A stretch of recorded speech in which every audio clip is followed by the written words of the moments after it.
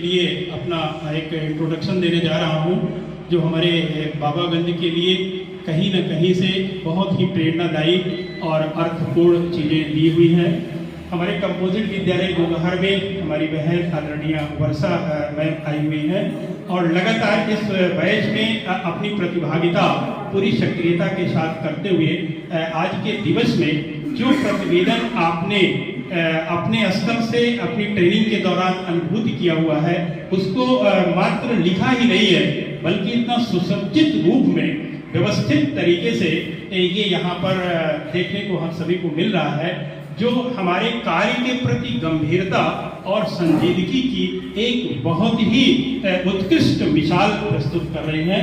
तो मैम को मैं सादर अभिवादन करता हूँ और आप सभी उपस्थित गुरुजनों से भी अपने स्थान से खड़े होकर के एक गतिविधि के माध्यम से एक ऑनर ऐसे गुरुजनों के सम्मान में, वो गतिविधि वाली ताली जो हम सब लोग अपने गुरुजनों के सम्मान में देते हैं, तो वो एक इंडिकेशन जो आप सब लोग जानते ही होंगे, नहीं तो जान लें, रिहर्सल कर लें। हम कि आज प्रशिक्षण का तीसरा दिन है और मैं यहाँ पर दूसरे दिन के प्रशिक्षण के प्रतिवेदन के लिए उपस्थित हुई हूँ। कल प्रशिक्षण का दूसरा दिन था, जिसमें हमको मध्यावकाश के पूर्व तक भाषा विषय पर और उसके पश्चात गणित पर कार्य करने के लिए बताया गया था। सर्वप्रथम यहाँ पर प्रार्थना सभा हुई। प्रार्थना के पश्चात सभी ने अपना आसन ग्रहण किया और वार्ता के क्रम में आगे बढ़ते हुए प्रशिक्षण को सर ने आगे बढ़ाया, जिसमें भाषा पर बातचीत करते हुए उन्होंने बताया कि आकलन और रिमेडियल कार्य किस प्रकार से करना है, इस पर चर्चा की है। उसके पश्चात कक्षा कक्ष में आने वाली चुनौतियां कौन कौन सी है, इस विषय पर विस्तृत चर्चा हुई थी, जिस पर सभी प्रशिक्षार्थी ने अपना अपना विचार रखा और कक्षा कक्ष में ध्यान देने योग्य कौन कौन सी बातें हैं, उस पर विचार किया गया। फिर अंत में हमने भाषा का समेकन, जितनी भी चीजें भाषा में सीखी कि कैसे हो, क्या हो, क्लासरूम कैसा हो, वहाँ पर कैसे बच्चों को सिखाया जाए, उन्हें कैसे परिवेश से जोड़ा जाए, एनसीईआरटी के द्वारा पाठ्य पुस्तकें कैसे विकसित की गई, इन सभी बिंदुओं पर चर्चा हुई। तत्पश्चात मध्यावकाश की घोषणा हुई। मध्यावकाश के पश्चात हम लोग पुनः एक नई चेतना के साथ इस प्रांगण में उपस्थित हुए और नए विषय के साथ गणित पर, इस बार हमको गणित पर चर्चा करनी थी, जिसमें सबसे पहले गणित शिक्षण के क्या उपयोग उद्देश्य है, उस पर चर्चा हुई। एनसीईआरटी के द्वारा जो परिवर्तन किए गए हैं पाठ्य पुस्तकों में, उन पर चर्चा हुई। प्रिंट रिच मटेरियल क्या है, उन पर चर्चा हुई। पुस्तकों का निर्माण कैसा है, कैसे उनकी साइज हो, क्या चीजें हो, उनकी जो परिवर्तन किए गए, वो सब चीजें चर्चा का विषय रहा। क्या अच्छी चीजें हुई हैं, क्या बुरी हुई है, उन सारी उसकी अच्छाई बुराई सारी चीजों पर चर्चा हुई और इन्हीं के साथ फिर अलग अलग समूहों में बांट करके सभी को अपनी प्रस्तुति के लिए बुलाया गया और इसी के साथ इस प्रशिक्षण का समापन हो गया। प्रशिक्षण का जो गतिमान रूप हमारे बीच 10 अगस्त से चल रहा है, आज हम सब लोग अपने समापन के बिंदु पर लगभग पहुंचने वाले हैं, जब हमारा पंचम बैच अपनी प्रतिभागी गुरुजनों के साथ कार्यक्रमों में हिस्सा ले रहा है, तो बहुत कुछ चीज़ें अविस्मरणीय और यादगार रूप में नजर आ रही हैं। हम सब लोग नवीन पाठ्य पुस्तकों के रूप में जो गणित की किताब उपलब्ध कराई गई है, आनंदमय गणित, उन्हीं पाठों को समझने के लिए उनके स्ट्रक्चर को, जिसका आधार एनसीईएफ 2022 को बना करके किया गया है, जिसके विभिन्न बिंदुओं को समावेशन जो है उसी को पूरा उद्घाटित करने के लिए समूह कार्य के माध्यम से गुरुजनों ने अपने चिंतन को चार्ट पर उकेरते हुए और संबंधित किताबों में समझ विकसित करने के लिए यहाँ पूरी तैयारी के साथ लगे हुए हैं। और मैं जो देख पा रहा हूँ, पूरी संदर्भदाता टीम ऐसे गुरुजनों के किए जाने वाले समर्पित प्रयासों को लगातार हम लोग देख रहे हैं और जो भव्य प्रस्तुतियों की आहट हम लोगों को नजर आ रही है, वो निश्चित रूप से अपने विषय को आधार बनाते हुए तो उस क्रम को आगे बढ़ाने वाली है। बहुत बहुत शुभकामनाएं और हार्दिक अभिनंदन के साथ पूरे ग्रुप को ये बात निवेदित करूंगा कि अपनी प्रस्तुति से हम सभी को लाभान्वित कराएं कि कैसे उन पाठों में एनसीईआरटी की जो किताबें आधारित हैं वो हमारे एनसीएम के कार्यक्रमों को फॉलो करता हुआ है। आइए समूह एक को हम लोग अभिनंदनीय ताली के माध्यम से स्वागत भाव से मंच सुधे सौंपें। धन्यवाद।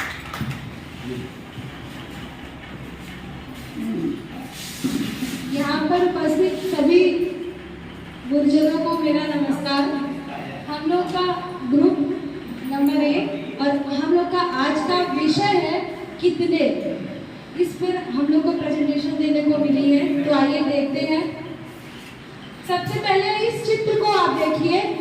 इस चित्र में पार्क का एक सीन है जिसमें दिखाया जा रहा है कि बच्चे अपने दादाजी के साथ खेलने गए हैं और वो बॉल के साथ खेल खेल में गणित सीखेंगे। कैसे सीखेंगे वो चीज आइए हम देखते हैं। जो राष्ट्रीय शिक्षा नीति के माध्यम से एनसीईआरटी की किताबों में जो 4 ब्लॉक्स अप्रोच दिए गए हैं, इस चित्र के माध्यम से उन चारों अप्रोच को भी दिखाया जा रहा है। गणितीय चर्चा, इसमें बच्चे अपने दादा के साथ पार्क में गए, वे खेल रहे हैं, उत्साहित है, आपस में चर्चाएं हो रही है, वहाँ पर व्यायाम कर रहे हैं, खेल खेल में सीख रहे हैं। तो ये एक प्रकार की चर्चा हो रही है जिससे वे कुछ सीखेंगे। दूसरा है दक्षताओं का विकास। खेल खेल में वो जोड़ की अवधारणा को सीखेंगे, उनकी जोड़ की दक्षता का विकास होगा और इसी पर अभ्यास भी कर रहे हैं। हम प्रैक्टिस कैसे करवा सकते हैं? जैसे बच्चों से सवाल पूछा जाए कि बताइए यहाँ पार्क में कितने लड़के उपस्थित हैं, कितनी लड़कियां उपस्थित हैं, हमारे पास गेंद कितनी है, बूढ़े लोग कितने हैं। तो इस प्रकार से उनको हम बोध करा सकते हैं कि कितने जोड़ की अवधारणा का बोध हम करा सकते हैं। दूसरा पाठ में दिया गया है कि किन किन माध्यमों से जोड़ सीखते हैं। जैसे यहाँ पर लट्टू कितने हैं, 2 और 2 मिलाकर कितने बने, 4। लट्टू के माध्यम से हम जोड़ सिखा सकते हैं। मोतियों की माला है, हाथ की उंगलियों को दिखा करके सिखा सकते हैं कि कितनी उंगलियां खुली हैं, कितनी बंद है। पेंसिल कितनी है, इसके माध्यम से हम उनको कितने का बोध करवा सकते हैं। फिर पाठ में दिया गया है, इसमें दिया गया है कि कौन से टीएलएमओ का प्रयोग किया गया। तो लट्टू भी एक प्रकार का हमारा टीएलएम है, पेंसिल भी एक प्रकार की हमारी टीएलएम जरूरी नहीं है कि हमारे हाथों के द्वारा निर्माण किया जाए। इस प्रकृति में बहुत सारी चीजें ऐसी भी मिलेंगी हमको जो हम टीएलएम के रूप में प्रयोग कर सकते हैं। जैसे उदाहरण में आप पार्क में देख सकते हैं कि पेड़ों की संख्या कितनी है, कितने छोटे पेड़ है, कितने बड़े पेड़ है, फूल कितने हैं। तो इस प्रकार से हम इनको भी टीएलएम के रूप में प्रयोग कर सकते हैं। फिर आता है कि समझ का विस्तार कैसे हुआ, कैसे हम जानेंगे कि हाँ वो सीख गए कि नहीं सीख गए। तो यहाँ पर कुछ खेल हम उनको जमीन पर सीढ़ियों के माध्यम से सिखाएंगे कि अब तुमको कौन सी सीढ़ियों पर कूदना है, या कितनी सीढ़ियाँ तुम्हारे पीछे है, कितनी सीढ़ियों में कितनी गिनतियाँ आगे हैं। इससे उनकी दक्षताओं का विकास होगा। और इसमें दिया गया था कि पाठ में हमको और क्या चीजें दिखी, तो बिंदुओं के माध्यम से हम उनको जोड़ सिखा सकते हैं, संख्याओं के माध्यम से सिखा सकते हैं। अलग अलग संख्याओं को जोड़ेंगे तो उनका योग एक ही आता है, ये अवधारणा भी हम उनको बता सकते हैं। तो ये पूरा कितने जो विषय था उस पर हम लोगों का ये प्रेजेंटेशन था। और एक छोटी सी, अभी पूरा नहीं हुआ सर, एक छोटी सी गतिविधि भी हम आपको दिखाएंगे कि किस प्रकार से हम बच्चों को जोड़ सिखा रहे हैं। जी सर, हमारे पास बच्चे हैं, जैसा कि पाठ में दिखाया गया, अलग से कुछ नहीं है, पाठ में। किशोर, तो किशोर बेटा ये बताओ कि इस पार्क में हम कहाँ भ्रमण करने गए थे, किसके साथ गए थे? दादा दादी के साथ। किसके साथ? दादा दादी के साथ। अच्छा, पार्क में आपको क्या क्या दिखा? हम वहाँ गए पार्क में और वहाँ हमने साइकिल चलाया, गेम खेला और वहाँ और बूढ़े और बच्चे और आ गए, सबको मैंने देखा वहाँ और दादा दादी से कहानी भी सुना। अच्छा, नित्या आप बताओ, आपने क्या देखा वहाँ पर? चलिए ठीक है। और किशोर बेटा, आप ये बताओ कि आपके पास कितनी पेंसिल है? मैम मेरे पास 4 पेंसिलें हैं। हमने तो आपको और दे दी, अब कितनी हो गई? मैम मेरे पास अब तो 6 हो गई। अरे वाह! तो ये थी एक छोटी सी प्रस्तुति जिसके माध्यम से हम बच्चों को जो सिखा सकते हैं। हमारे ग्रुप के मैम ने बहुत ही अच्छी प्रस्तुति की। शायद उतनी अच्छी प्रस्तुति मेरी ना हो चुकी है ऑलरेडी। मैं नहीं, आपकी सब्जियों खेती है, वो कितने पढ़ाने के लिए हम लोग को भूख लग रही है तो और अच्छा लगेगा। लेकिन मैं थोड़ा सा कोशिश करूंगी कि बच्चों को सही बात से जोड़ते हुए थोड़ा बताऊं। सर ने भी बताया था जैसे 4 अप्रोच ब्लॉक के बारे में, तो एनसीईआरटी बुक में मैंने बहुत ही अच्छी चीजें देखी कि सबसे पहले चित्रों के माध्यम से बच्चों को उनके आसपास के खेत के बारे में, आस पड़ोस के बारे में पहले जोड़ने का प्रयास किया गया, जो कि बहुत ही जरूरी है। बच्चे जब तक अपने आसपास का वातावरण नहीं पाते हैं विद्यालय में, तब तक वो उतने अच्छे से जुड़ नहीं पाते हैं। तो ये तो बहुत अच्छी पहल है एनसीईआरटी की ने मैंने देखा, क्योंकि जितने भी पाठ मैंने देखे सब में पहले उसमें बहुत ही अच्छी तरह से सज्जित किया गया है चित्रों के माध्यम से। तो आज विषय हमारा था उसमें सब्जियों की खेती। तो उसके लिए सॉरी मैंने उसका चित्र नहीं बना पाई मैं जल्दी में, क्योंकि बहुत देर में शुरू की थी, जो बुक में बना हुआ था बहुत ही सुंदर था। उसमें एक किसान को मैं देखी थी और किसान जो है अपने बच्चों के साथ में खेत में गया हुआ है। तो अभी थोड़ी सी एक्टिविटी भी कर लेंगे मैं आप लोगों के साथ में, बाद में थोड़ा बता देती इसके बारे में। तो हम बच्चों से ऐसा हो सकते हैं, हमने ये चीज देखा कि आप लोग अभी खेत गए हो तो ज़्यादातर बच्चे परिवेश के हैं, खेती बाड़ी करने वाले आते हैं प्राइमरी में, तो वो लोग बहुत अच्छे से उत्सुक होकर बोलेंगे हाँ हम तो गए हैं, किसी के यहाँ सब्जियाँ पिताजी लगाते हैं, किसी के यहाँ फल लगते हैं, कोई सब्जियाँ बेचता है, कोई बाजार तक अपने माता पिता के साथ में जाता है। तो उससे जोड़ते हुए फिर हमसे बोलेंगे कि बेटा आप कभी गए हो खेत में, कभी देखी हो सब्जियाँ, पेड़ कैसे होते हैं, सब्जियाँ कैसी होती हैं, सब्जियों के पेड़ कैसे होते हैं, तो बोलेंगे हाँ। इससे हम उससे जुड़ने की कोशिश करेंगे कि वो हमसे बातचीत करें, खुलकर बोले, उनके अंदर जो कमियाँ हो उसको हम जान सकें ताकि। और व्यावहारिक रूप में पहले उसे इस तरह का वातावरण बना के जुड़ेंगे, फिर हम उनसे कहेंगे कि एक बार ऐसी कहानी बनाएंगे कि एक बार सोहन और राधा जो है वो गई थी अपने पापा के साथ खेत में। तो सोहन के पिताजी ने कहा कि तुम लोग मेरी मदद करो, तो सारे लोग, दोनों बच्चे और उनकी मम्मी उनके पापा सब लोग खेत में गए। फिर सोहन ने सोचा कि आज चलो इसी सब्जियों के माध्यम से हम इन बच्चों से देखते हैं कि उनको क्या आता है या फिर कुछ सीखते हैं, सिखाते हैं। तो उन्होंने कहा कि एक टोकरी दी सोहन और राधा को और उनकी मम्मी को भी, तीनों लोगों को दिया। फिर वो बोले कि तुम लोग जाओगे अपनी अपनी टोकरी में अलग अलग सब्जियां लेके आओगे। जैसे कि पहले चित्र में बना हुआ है, पूरी तरह से स्पष्ट नहीं है, पहले चित्र में गाजर बना हुआ है, तो फिर सोहन को, सॉरी इसके लिए चित्र पर मत जाइएगा, तो एक टमाटर संभाल लिया मैं। उनके पिताजी ने सोहन से कहा सोहन तुम टोकरी लेके जाओ और गाजर लेके आओ और तुम पहले 3 गाजर लेके आना। तो सोहन बोला बहुत खुशी खुशी टोकरी लेके गया और उसमें से उसने 3 गाजर तोड़ के ले आकर दिए। फिर उनके पिताजी ने कहा तुम अपनी माँ की टोकरी में इसको डालोगे, अपनी माँ की टोकरी में तुम दोनों लाके डालोगे सब्जियाँ। बोले ठीक है।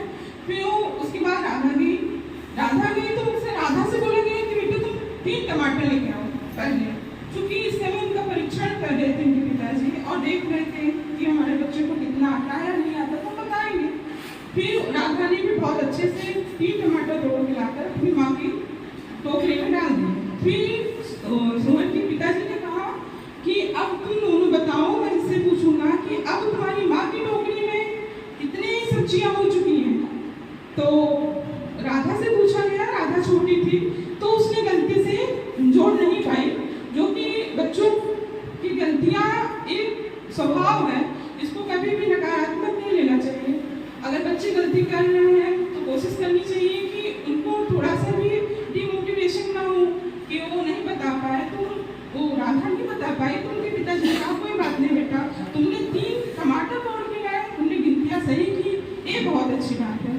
फिर उसके बाद सोहन से पूछा गया तो सोहन थोड़ा सा बड़ा था तो उसने बहुत अच्छे से बता दिया कि पिताजी इसमें 6 सब्जियां हैं, बाकी टोकरी में अब 6 सब्जियां हैं।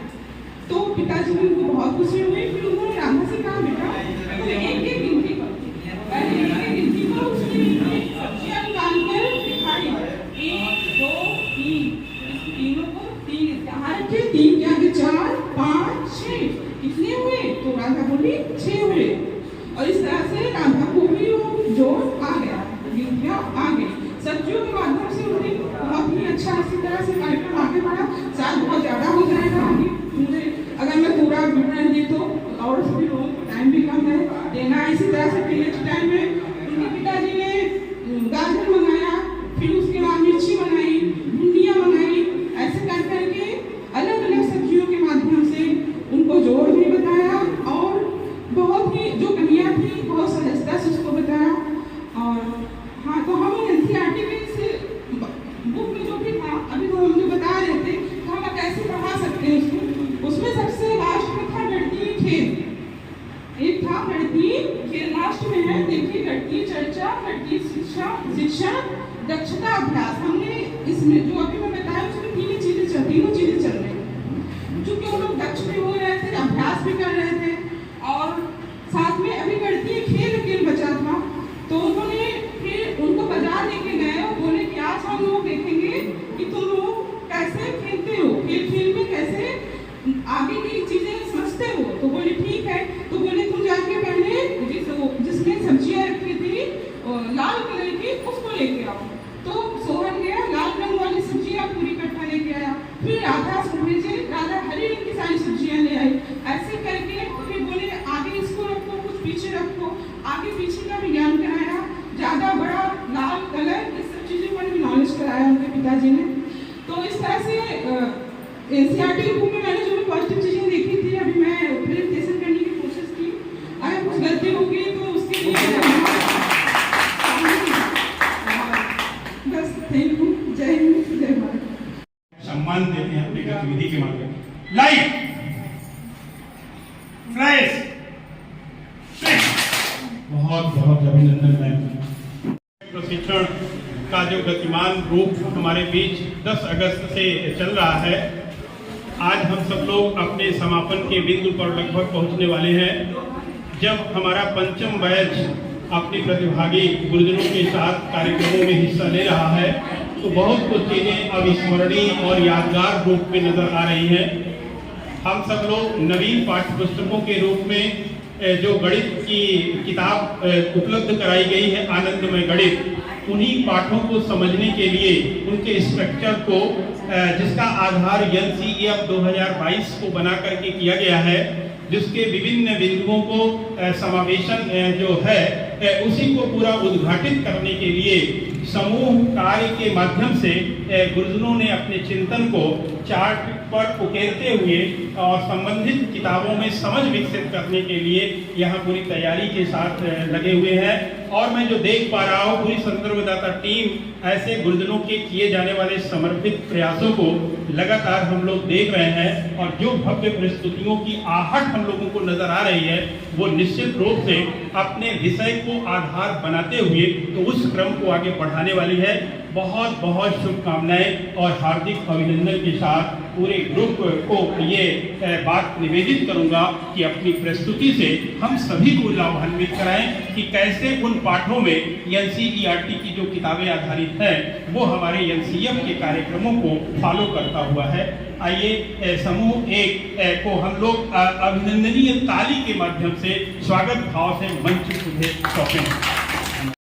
जो अपेक्षा हम लोगों के द्वारा की गई थी, सिर्फ इतनी ही की गई थी कि किताब की ही बातों को रखना है और आप सब लोग एक कदम और भी आगे एक रोल प्ले भी कर दिया कि कैसे इस तरह के लेसन को जो हम दक्षता के संबंध में बच्चों को सिखाने की बात इसके माध्यम से कर रहे हैं तो बेटा क्या नाम था आपका बेटा?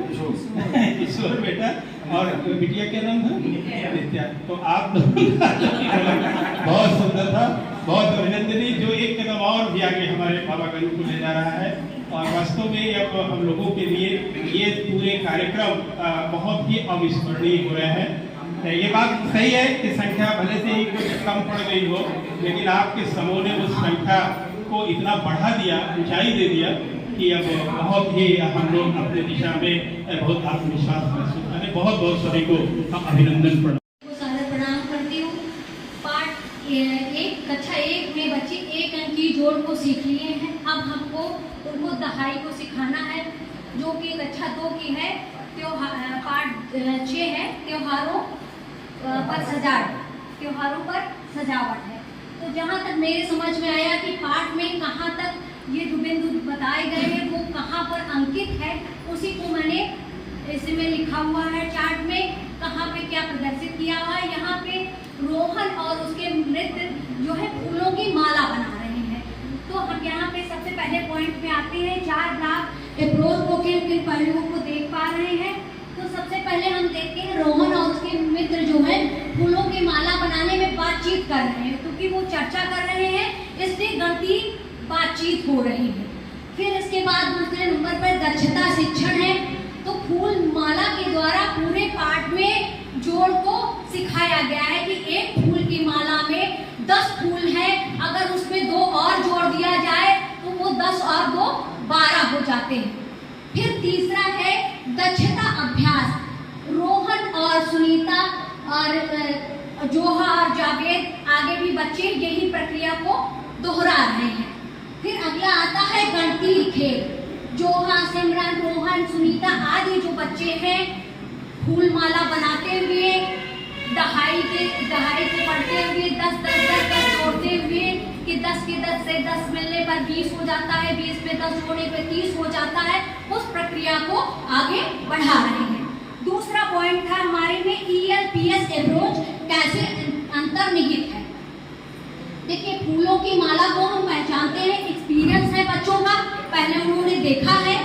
और फिर इसके बाद लैंग्वेज, वे अपनी भाषा में तरह तरह के फूलों के बारे में बता सकते हैं। ये गेंदा का फूल है, ये है, हमारे यहाँ इतने फूल उगे और हमारे यहाँ इतने पेड़ है, तो इससे वे परिचित हैं।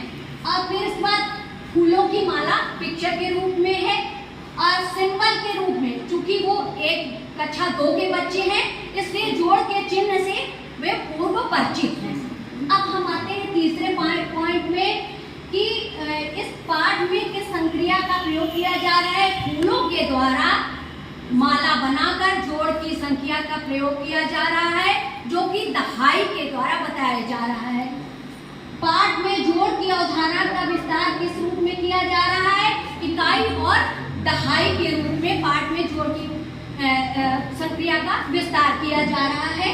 अगला है हमारा पॉइंट, ये फिर इस चित्र के द्वारा हमने 10 और 2 को जोड़कर 12 जोड़ दिया है जोड़ की संक्रिया। अगला है कि आपको इस पाठ में कुछ नया क्या मिला। नया ये मिला कि पूर्व के में कक्षा 1 में 1 अंकी जोड़ने के साथ साथ कभी कभी हम आगे भी पढ़ा देते हैं, लेकिन बच्चे संख्या रेखा चित्र के द्वारा जोड़ को नहीं सीख पाते हैं। इस पाठ में संख्या रेखा के द्वारा जोड़ की संक्रिया और घटाना भी सिखाया गया है, क्योंकि चार्ट में जगह कम थी और समय कम था, इसलिए मैंने उसको शॉर्टकट भी कर दिया है। पाठ में आप देखिएगा तो घटाना की संक्रिया भी है। और बाकी आप लोगों ने बहुत अच्छा प्रेजेंटेशन दिया है, मैं तो पहली बार होके आई हूँ, और हम पीछे कहीं जाएंगे उस पर। आइए हम देखते हैं कि गणितीय चर्चा।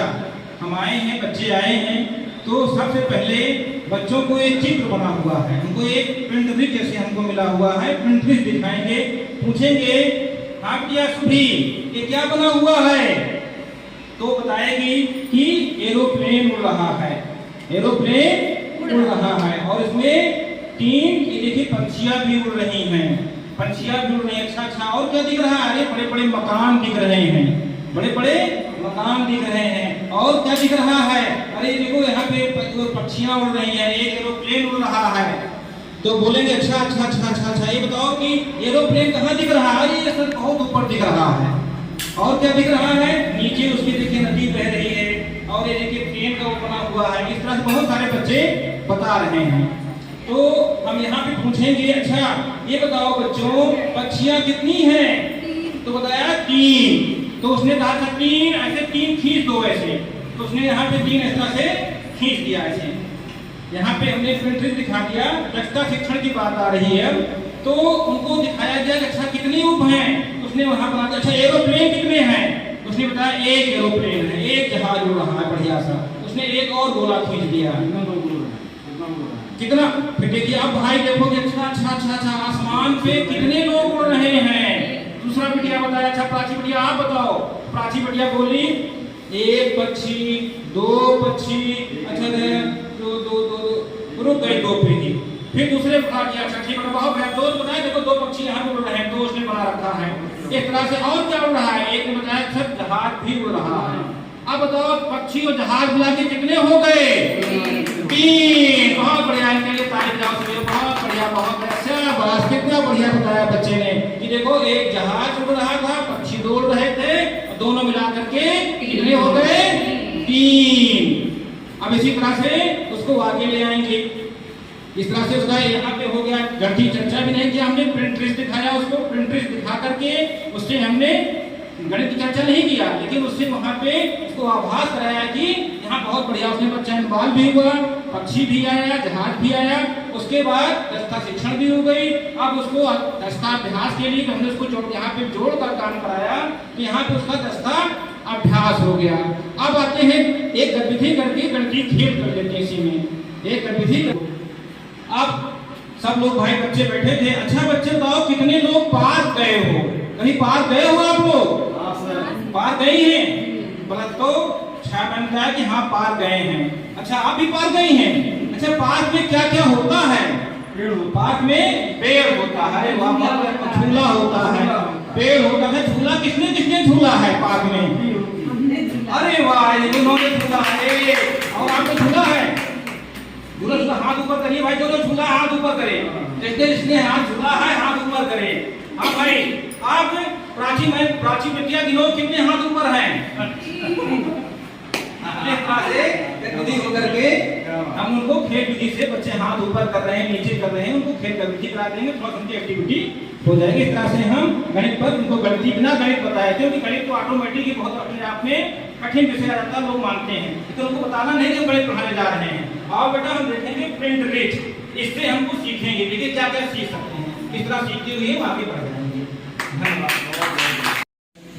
शिक्षण में आते हैं तो थोड़ा सुंदरम सर से कुछ सीखना चाहते हैं कि मंच पे आए और कुछ बोले। प्रेरणा, इनसे प्रेरणा मिल रही है। जब भी प्रशिक्षण लगता है आते हैं तो कुछ न कुछ यहाँ के बोलते हैं।